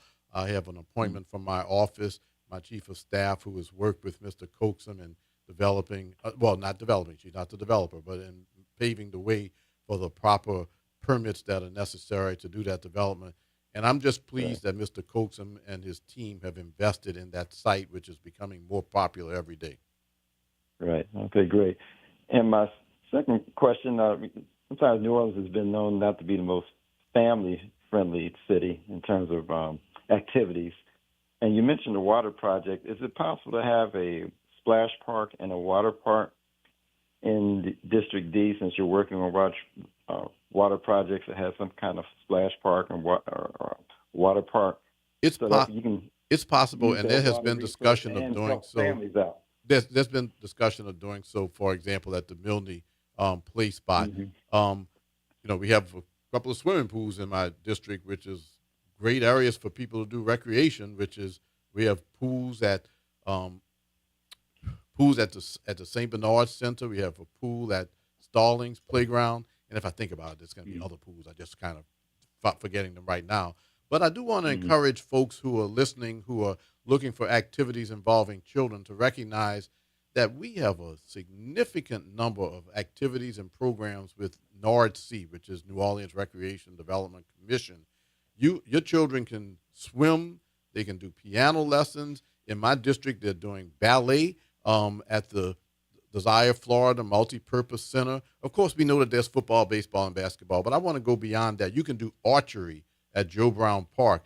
There are so many activities that exist through that particular entity, NORD-C, in addition to private development that is going on right now. I encourage everyone to maybe look at that website and look at some of the activities that are available for children.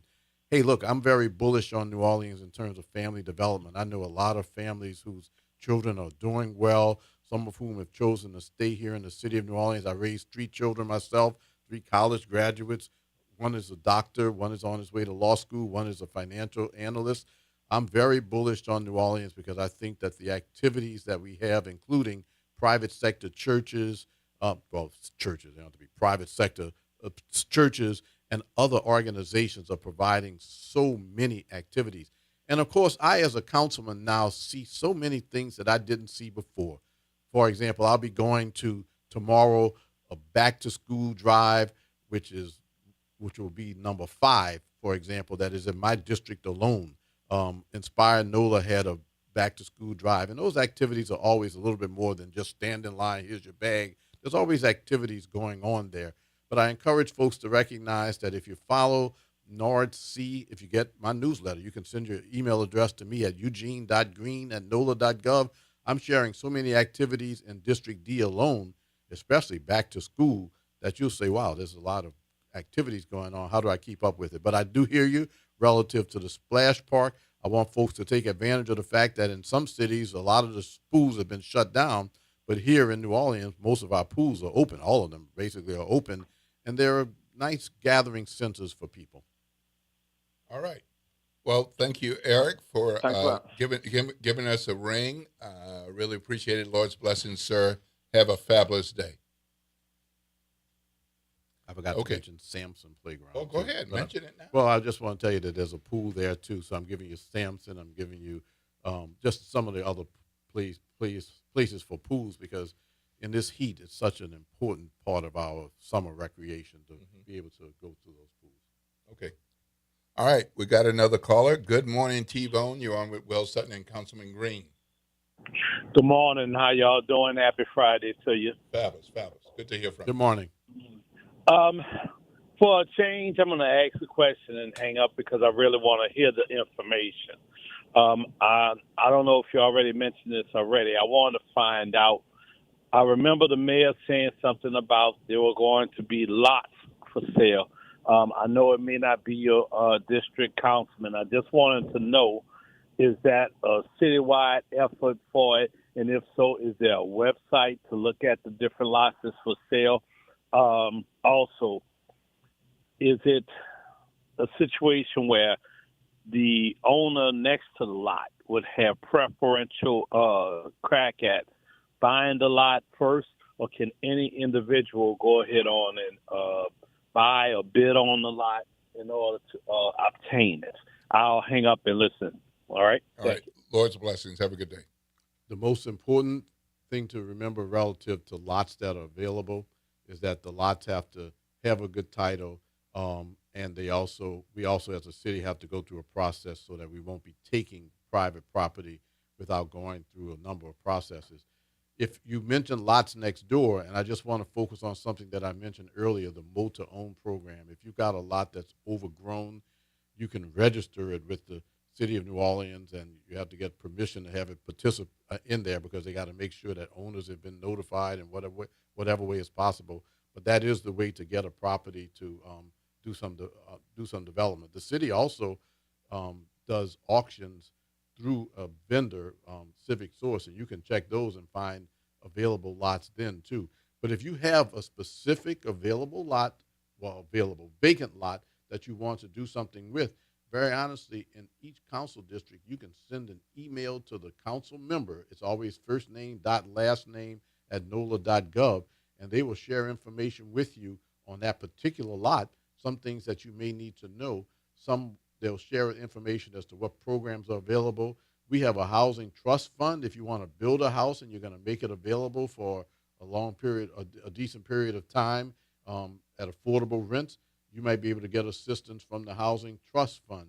So there are avenues there, but I ask people to specifically identify a lot that you're interested in. If you want to do some development of that lot, not just to hold it and let the grass grow back up, because we got enough of those already, but if you have a plan and you want to develop it, between your council office, between the Housing Trust Fund Advisory Committee, and maybe through even other agencies, Housing NOLA and others that want to work with people to help you to own houses, you'll be able to get a lot of information to do that. All right. Wonderful, wonderful. Well, that's good news.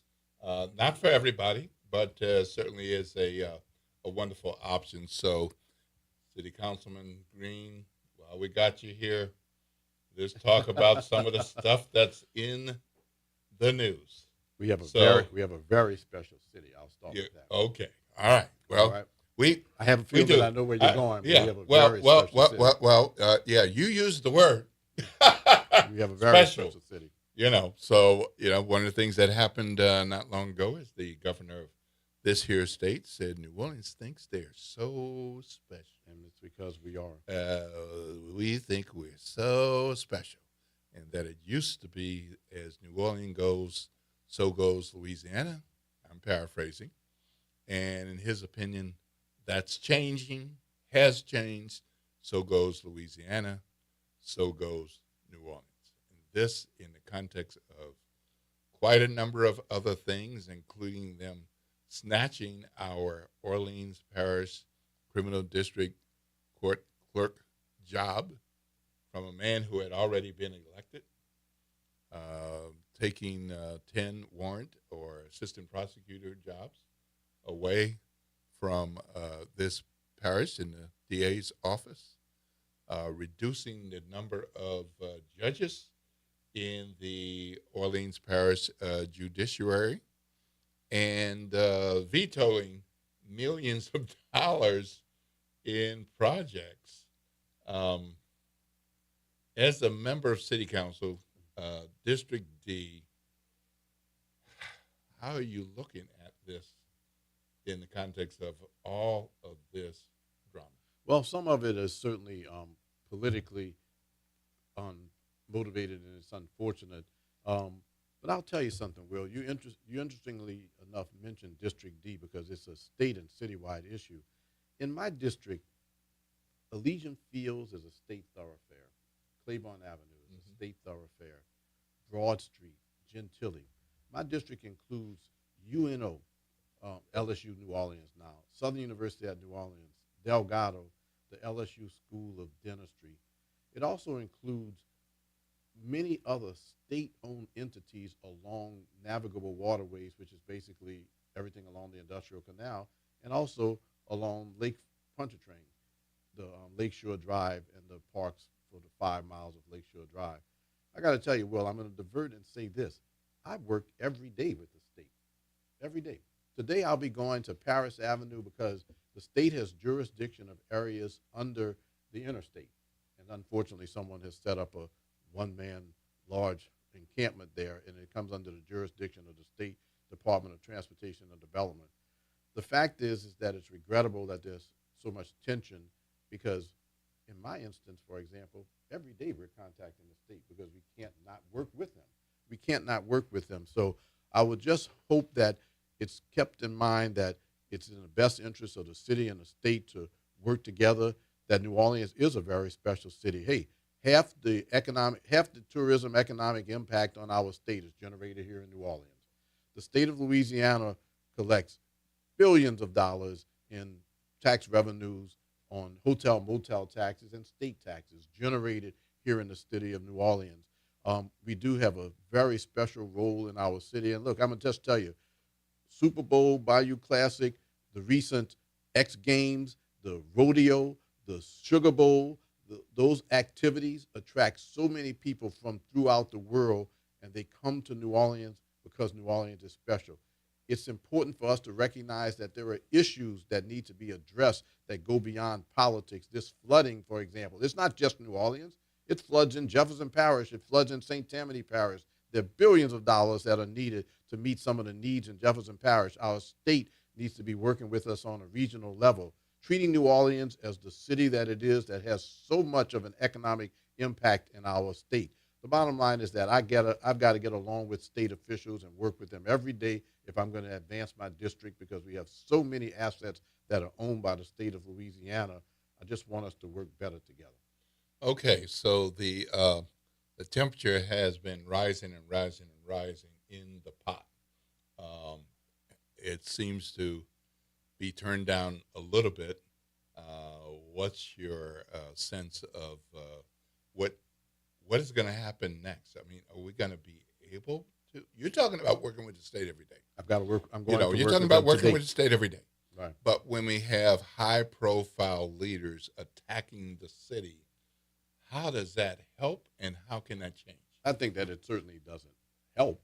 I mean, I've got to talk to investors and say that the state and the city are on the same page if we're looking to do certain projects. But it's also important to recognize that even the Ninth Ward Stadium has state, local, and federal monies in it. So we have to get along. It's got $3 million of state money in addition to $6 million of city money. So we're still working together, and that is the irony, if you will, of some of the contention that goes on, because I see us having to work together. Look, I want to work with the state because I want the Almanasta Bridge to be fixed, and it comes under the jurisdiction of the Port of New Orleans, which is a state agency and entity. Those are the things that are important to me. It's important for me to get those developments done because the citizens of my district deserve it. So I hope that we can have that form of communication. But I resent any suggestion that the city of New Orleans is derelict in its responsibilities relative to working with the state. I also recognize that we can tone down some things sometimes on our side too politically. So the bottom line is that my goal is to, when I leave here today, go and continue the work that I have to do every day. Right now is to address something under the bridge which has state jurisdiction, but I'm addressing it, and the city is going to spend some money because we want the person who's under that bridge to get help. Okay. All right. We're going to go to the talk line. Good morning, Reverend Calhoun. You're on with Will Sutton and Councilman Green. Good morning to all. Good morning. Councilman, my question is simple. Given the $30 million in veto cuts that came against the city, and you're saying that we need to work together, if there's, and I'm just asking a question, if there's no respect coming to the city, and I mean, it seems like you guys have did all you could to try to offer, make a peace offering. What do you think is actually going to actually take to get the state? Number one, I'd love to see us get at least a fair share of what we get back. But what do you really think it's going to take for us to move forward as a group? Do we need to try to keep as much money home? So I'll hang up and listen to you, Dan. All right, Lord's blessings, sir. Thanks for calling. Well, it's going to certainly, well, let me kind of answer generally relative to that. I see and recognize the revenues that are generated in the city of New Orleans that go to the state of Louisiana, but I can't just stop it because it's law. At the end of the day, there's a state sales tax. There's a sales tax that's collected, and we by law have to turn it over to the state. I would like to see the state with its $47 billion budget compared to the city of New Orleans, less than $1 billion budget, be more generous in certain areas where we need assistance, to cooperate, to recognize that the city has special obligations that other cities don't have. We entertain 10 million tourists a year. We entertain major events which involve police protection and the like.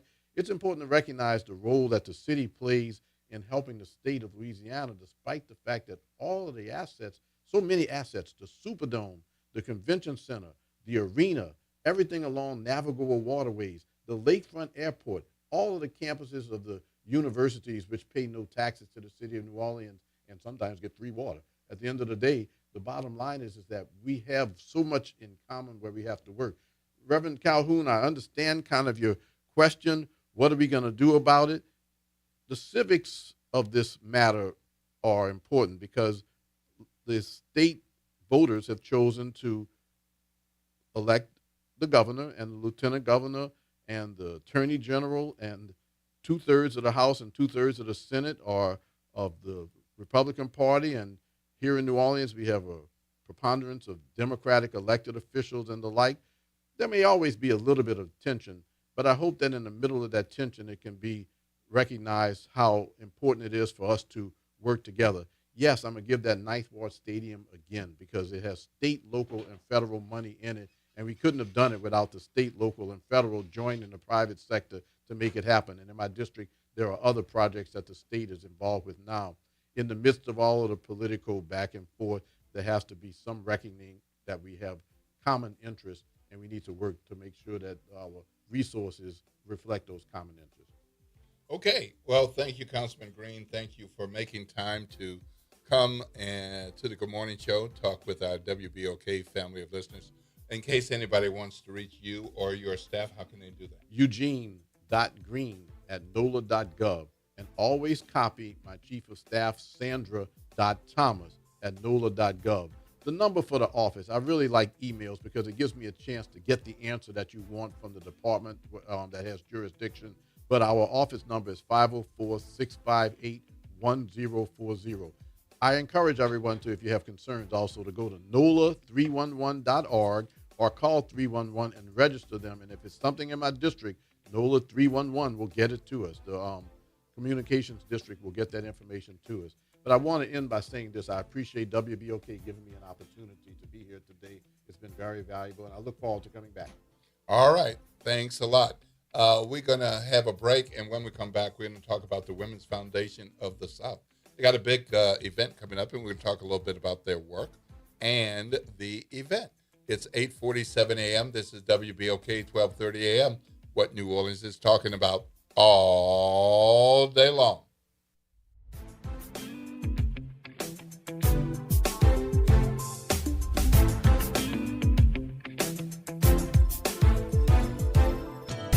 Calling all Gerttown community members. Join us Sunday, August 2nd, 1 to 4 p.m. at Xavier University's University Center, 1 Drexel Drive on the second floor. Come enjoy gumbo, desserts, beverages, finger foods, raffles, and activities for the kids. You will also have the opportunity to share your thoughts about food access in Gerttown. We hope to see you there.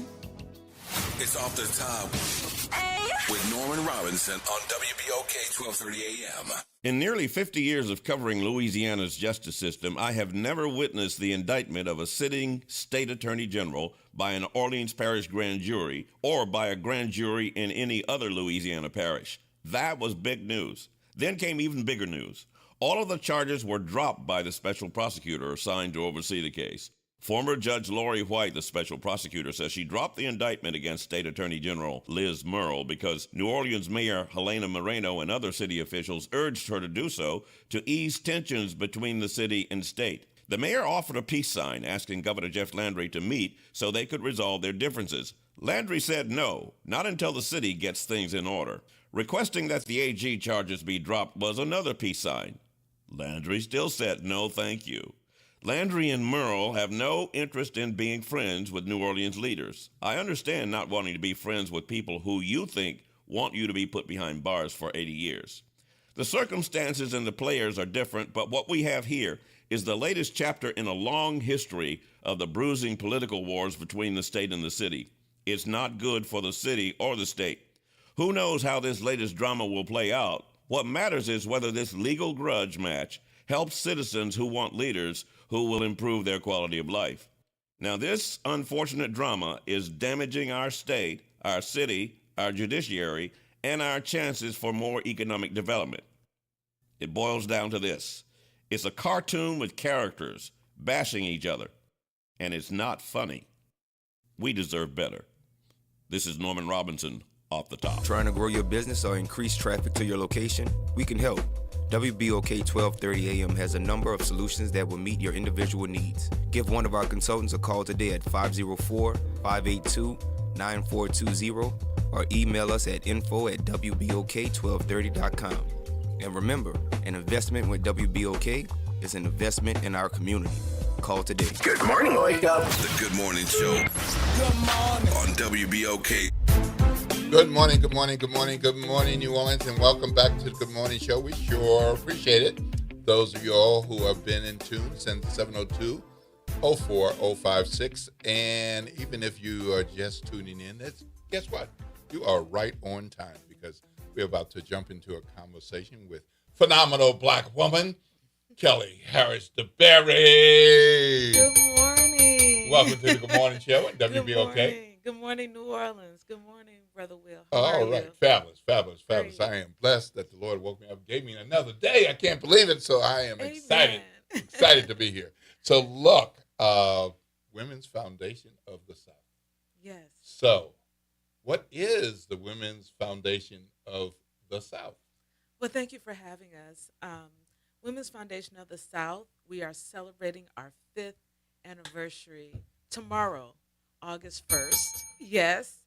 But the Women's Foundation of the South was founded, obviously, 5 years ago, and we are a regional foundation that serves women, girls, and gender-expansive people in the South. And we are headquartered in New Orleans, but we are a regional foundation, and we are currently in 6 states. We're trying to get to our 6 states, yes. And we're trying to get to our 13 southern states. And so our vision and let me shout out our CEO, Carmen James Randolph, whose vision 5 years ago, along with a sisterhood, said, you know what? We get 3% of like all philanthropical funding. And you know what? Women and girls in the South deserve better. And we're not going to keep trying to convince people that we should be funded. We're not going to keep, just kicking the can up the road. We're going to build this thing ourselves. And so women got together. They pulled their resources. We don't have an endowment. We, don't have a silver spoon. But we have pulled resources together from all over the country, and we have been able to fund in 6 states, including Louisiana. Well, that's remarkable. 5 years. First of all, there are a lot of groups like this that don't make it beyond 1 or 2. Yes. For a variety of reasons. Mm-hmm. So the fact that you made it to 5 is really great. And 5 with expansion. 5 with expansion. We just expanded to Alabama. That was our 6th state. And so we are moving, we are working to increase the health, wealth, and power of women in the South. Because as we know, as the South goes, so does the rest of the country.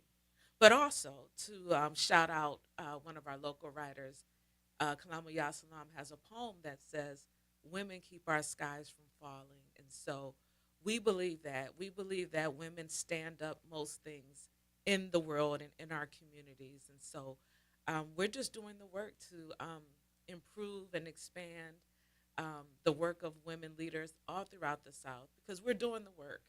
And so we want to make that investment, and not only for today, but for the future. So let's talk about the other people. So here we are in New Orleans, Louisiana. Yes. It's called Women's Foundation of the South. So how do you explain to people up north, mid-Atlantic, Midwest, West Coast, it's like, we have women? How come y'all focused on the South? Why are we focused on the South? Because the South is the heartbeat of the country, right?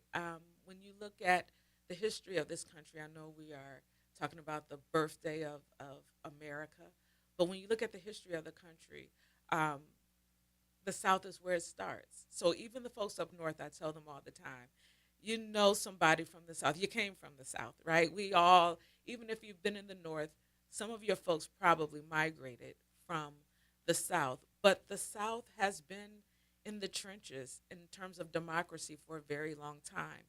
Civil rights movement, we can go on and on about those things. And so the South has been ignored for far too long. And so we are trying to put our stamp on what we think is necessary for women and girls to thrive for the future. So what was missing? So often people is like, well, why don't you work through this group or that group, or they're already doing this. But yes. This was started from scratch with a very specific purpose in mind. What was missing that wasn't being done that now this foundation exists to fill that void? Well, as I said, we're a regional foundation. So, you may have a Women's Foundation of Arkansas, or you may have a Women's Foundation South Carolina. But what we're doing is convening all of it, bringing it all together so that we can amplify the power and the resources together. So we fund leaders, we fund some programs, but we believe that the people that are closest to the issues should have funding. So we kind of fund from the ground up and not just kind of, cherry picking. We don't do it the traditional way. And so we're just happy to be in the space that we can do it. And as you said, for 5 years, it's not easy to make a foundation from scratch. And so our distinction is that we are looking at women, girls, and gender expansive people in the South. And the big elephant in the room is, when you ask why, it's investment. The South is just not invested in the way that it should be, and we want to change that. Okay, want to get to the event before we get out of here, but Yes. The idea of helping women across the South is huge. That's like so many issues. So what is it that the foundation does in the rest of the year that people might not be aware of? And if they say, I want to be a part of that, are they members? Are they subscribers? Or how can they be a part of the foundation? Well, you can certainly invest in us, but you can follow us on all our socials, Women FDN South. You'll find us there. Our website is also womensfoundationsouth.org. But we also do programs. On the 26th of this month, we're going to be having a legislative recap, which means that we are looking at all the legislative policies in the South that impact women, girls, and gender expansive people, and we will be reporting on that.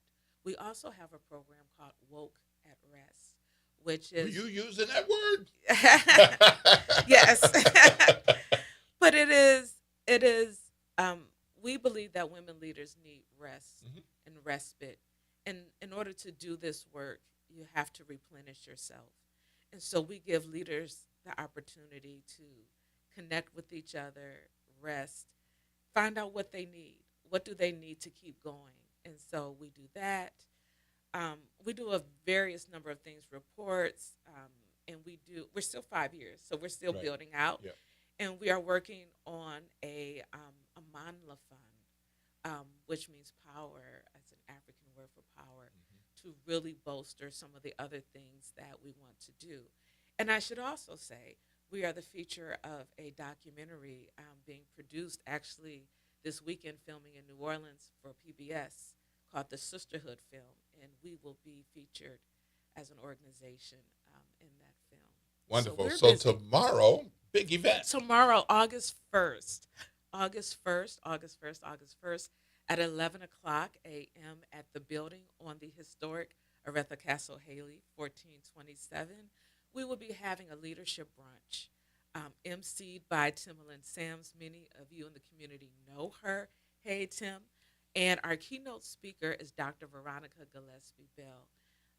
She is a world-renowned doctor, OBGYN gynecologist. She has delivered many babies in New Orleans, and she's going to be our keynote speaker talking about the future of health for women in the South. That we can have all these wonderful things we want to do, but if we're not healthy enough to do them, where can we go from there? And so she's going to be looking at some of our wins and some of our challenges of health in the South. And we have a brass band, One Shot Brass Band will be there. We have an open bar for all of you who like to turn up a little bit. And we're going to have a good time. And so we are looking forward to just celebrating and still moving the work forward. Okay, if somebody wants to go, how can they contact you? Find it on the website, social media, just show up? Yep, Women's Foundation of the South is our womensfoundation.org is our website, but our social has like everything. Women FDN South. All right. You can find us Wonderful. there. Well, thank you, Kelly Harris DeBerry. Thank Wonderful work that the Women's Health in the South Foundation is, what Women's Foundation of the South is doing. Excited for you all to get to 5 years and expand to 6 states. Don't forget that event is tomorrow at 11 a.m. And you can find more out about that on all of their social. Look, it's 9 o'clock. I got to get out of here. Make room for the front porch. And after that, Tavis Smiley, and then the G-Man with the reality check. Lord willing, I'll make it through the weekend and be back with y'all on Monday morning. This is WBOK 1230 AM, what New Orleans is talking about all